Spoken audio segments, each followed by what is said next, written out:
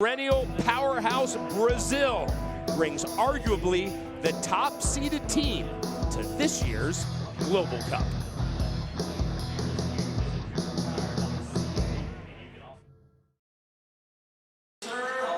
We may very well be up north, but a typhoon has blown in the form of Team Brazil. Look at this lineup and their world rankings. Pacheco, Barbosa, both Vieiras, even though they're not related. Aparecido, Guilherme Marchi, and the sensation from Las Vegas last week, Jose Vitor Leme. We're going to start with a guy who really had this year's World Championship in his grasp, Kaique Pacheco. He has won so much already throughout his career as he preps aboard the Bull, smooth sailing. He was the 2015 Rookie of the Year, and let's show you some of these Rookies of the Year guys. And J-Dub, I don't know if you're near a monitor, but as you look at this list of what the Brazilians have been able to do over the past decade, it is phenomenal if you only look at who the Rookies of the Year have been. Well, there's 6 of them right there that's from Brazil. I mean, that just goes to show you the depth that they have down there. And Adriano was the seed that come across first, and it's kind of paved the way for everybody. But don't let that fool you. All these guys are paving the way for the next generation. This is Kaique Pacheco. And Matt, this is not going to be an easy pairing against smooth sailing. No, nothing's going to be easy from this point forward. Kaique Pacheco, I want to go back to that rookie list because you saw 4 of those guys on this team. One of those guys, Silvano Alves, a 3-time champ of the world. He's the alternate on Team Brazil. So you think this team is stacked coming into this competition? Look out. Pacheco looks set.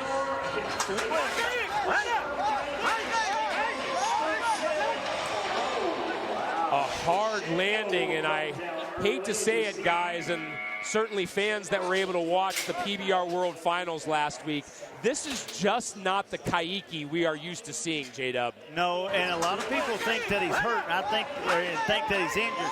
I don't believe he is. I think he's mentally off his game right now. Just like this right here. This is a rank bull. Kicks up, over his head, blows and drops, and I mean slams him right there. And then watch him get up. He gets up and he trots off. He's not limping. That just showed me that he's not hurt that bad. If you're not limping out of here, you're not hurt that bad. I think something's went mentally wrong with him, and he's just not got his head on straight. Well, Dub, I know you don't have a telestrator. Well, we're going to move on, but I want to bring up a Pacheco point again. Rubens Barbosa is next for the Brazilians, and he is prepping aboard a bull by the name of Black Sheep. And, Dub, this was a bull we got to see last night in the qualifier that took care of Dayton Johnston. Yeah, and this bull kind of looks to the right and goes back to the left. And, I mean, they say he's pretty fast and kind of flat. But I don't think it matters. Like we've talked about, I don't know how many times. Look at the arm on this guy. He can really suck those bulls up with that arm and stay hooked up to them. And I don't think it's no different. It's a Canadian bull. Looked good last night. I think this bull fits Rubens pretty well. Matt, this is probably one guy on tour that could rival you in arm wrestling. You take a look at the forearm right there. Much like we've seen Robson Palermo, much like we've seen Adriano Moraes, so many of those Brazilians come over here and they have that huge, huge arm. Well, at the end of the day, this is not a sport of sheer power. Rubens has to continue to move, balance, and shift his hips on the back of these bulls like we saw him do in Chicago at the beginning of this season. This is a guy that really started out on fire, and he kind of fickled off towards the end of the season. It's time for Rubens to step back up here tonight. If you'll remember, these teams were selected in September. Rubens was toward the top of the list. Now he's got to prove that he belongs on this team.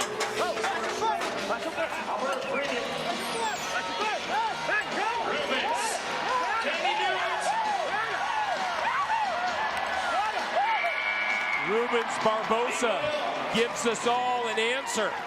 He does belong. Team Brazil on the board. Black Sheep has been bested. Well, and he comes in on a team that's arguably the favorite coming in here to win it all. They have the depth, they have the experience, they have the world championships to speak from top to bottom. There's no one guy that's a weak point on this team. and they have lots of experience with Guilherme and Fabiano and J.R. Vieira on there. So, and it's just going to get tougher from here on out.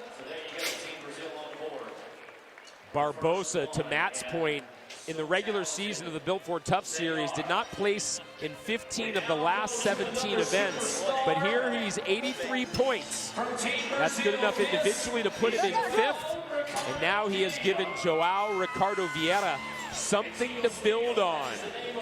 And Dub, from what I read, this bull, Teal Steel, seems like a perfect fit for Joao. Well, that's the thing. The coach picked these bulls out there and got them lined up with the guys, and they're going to pick one for JR that goes left.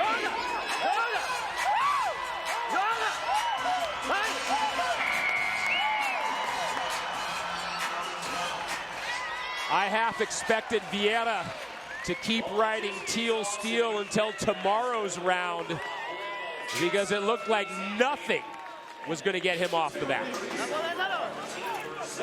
You know, like I just said, that they hand the captain the list of bulls, and he assorts them to the guys, and it's no secret that J.R. Vieira is stronger into his hand than he is away from it. And Robson Palermo, being the coach, he knows that and knew exactly what bull to give to JR, and it pays off big time for him.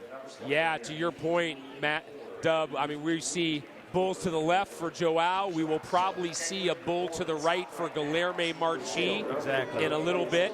But before Marchi goes, who is the 2008 PBR World Champ, we're going to touch on another rider. Mac, you mentioned the shoulders of Fabiano Vieira earlier, a guy who has had just shoulder injury after shoulder injury throughout his career. Made his debut on the Built Ford Tough Series back in 2010.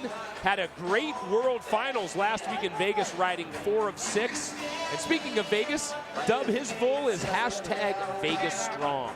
Yeah, and he's a good bull. He's going to be right here, probably to the right. It can't go either way, but it doesn't matter to Fabiano. And an interesting fact, let's talk about his shoulders for just a minute. We know how bad his shoulders are. I mean, when we've seen J.B. Mooney come in to the World Finals thinking that he can do the same job that Fabiano does, that goes to show how special this talent is right here. One of the greatest bull riders of all time couldn't handle the injuries the way this guy does. Wow. And in the midst of that, Dub, it didn't take long. Vegas Strong showing just how strong he is. And doesn't matter how strong your shoulders are when a bull brings you over the front end that quickly. Yeah, he just got out of time right quick. And when it does, that arm gets straight and it pulls him down over that shoulder. And when you get down that far, it's hard to keep a hold with those feet. And they're going to come up behind you, and it just does that today. 2.19 is all that lasts, and after Brazil having 2 rides back-to-back, takes a little bit of the wind out of their sails for the moment. Next up, Eduardo Aparecido. Nobody was #1 in the world longer on the Built Ford Tough Series this season than this next man. He ended up, however, 4th overall after the World Finals were said and done. Dub, he faces Liquid Fire. And they tell me this bull starts out to the right in about 5 seconds. Look for him to go back to the left. He's going to start out into Eduardo's hand. And if he goes back to the left, there's going to pose a little bit of a problem there. But, you know, Eduardo Aparecido is one of the very best bull riders on planet Earth today. And I don't think it makes any direction change to him. He's okay with whatever they do.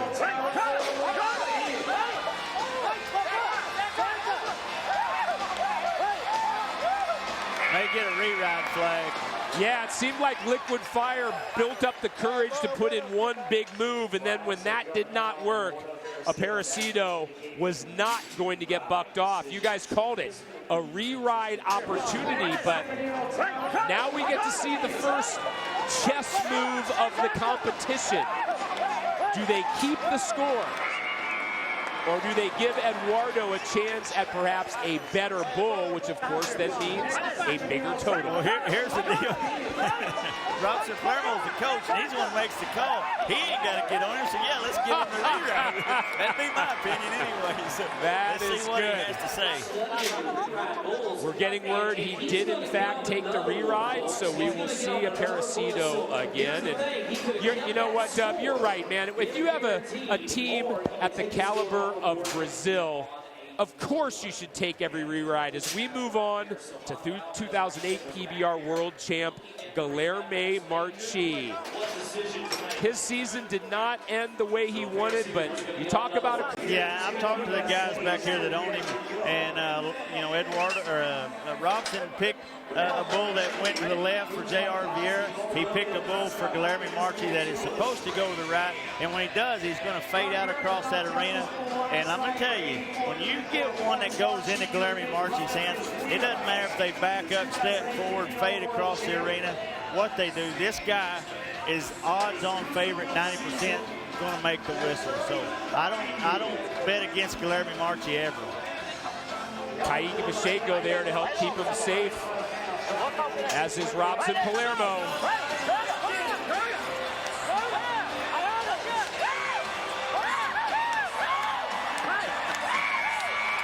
Well, moves like Pazzi started right, and then that bull is probably, whoa!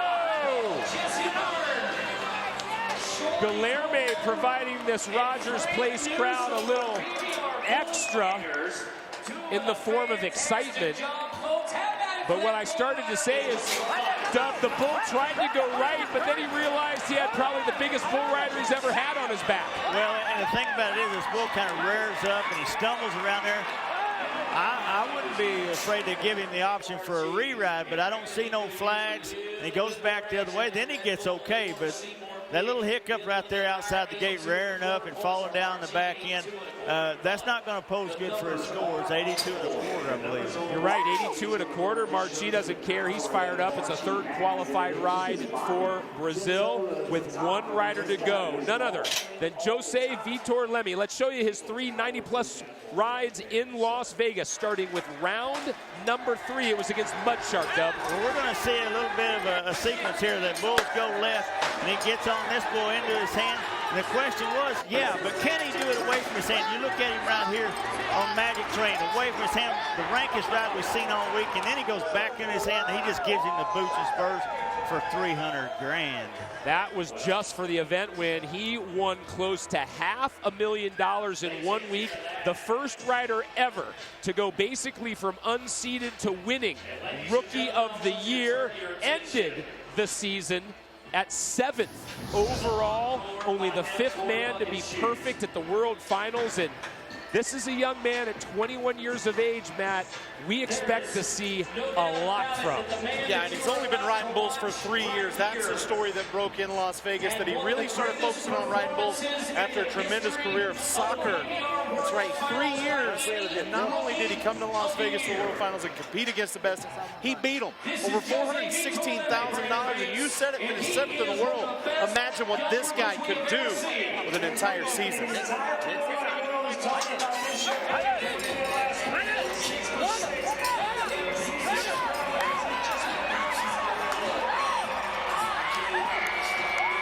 I think they're going to take another look, because right at the buzzer, that free arm seemed to come back and touch I Always Stand.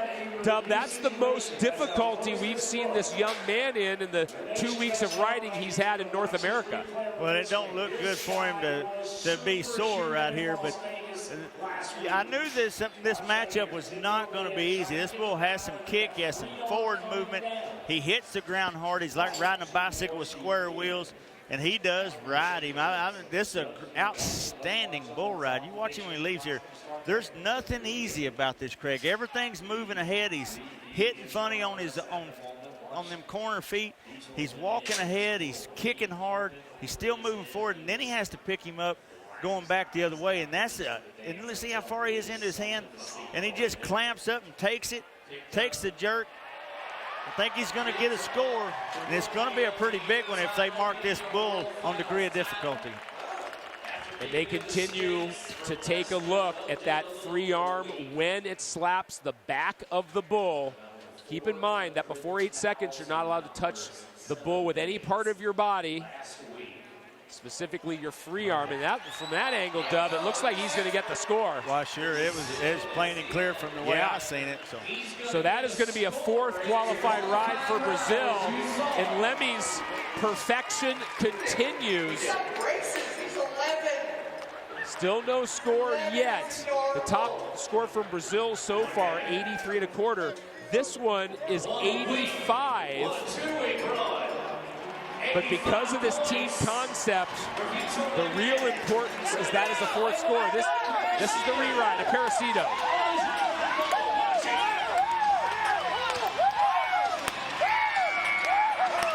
As we suspected, Team Brazil clearly setting the standard. 5 out of their 7 men ride in their first section.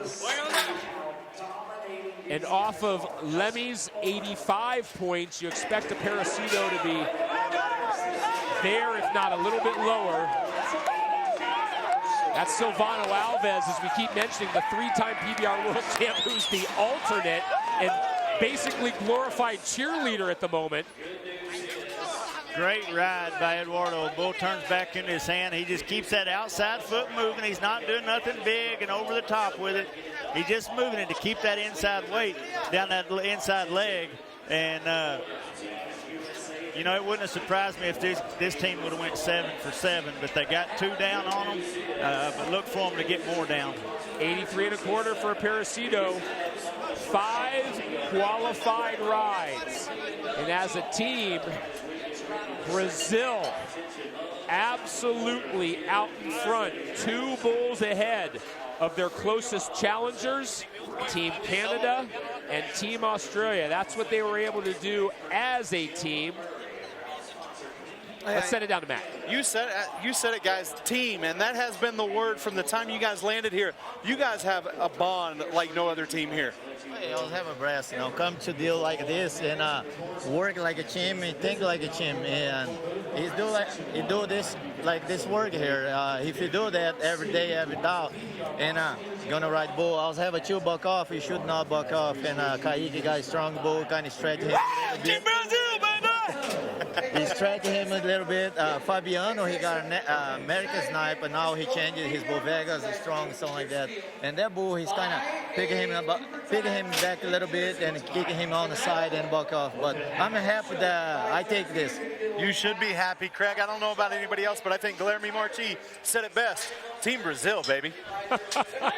Well, we know that Marchi and Troy Wilkinson from Australia can interview bomb. Those are the overall standings of the Global Cup, with still Team USA to ride. But Team Brazil, we just heard, clearly out in front. Well, up next, it's Canada's neighbor to the south, Team USA, on a mission to make sure no one forgets they're the best bull riders.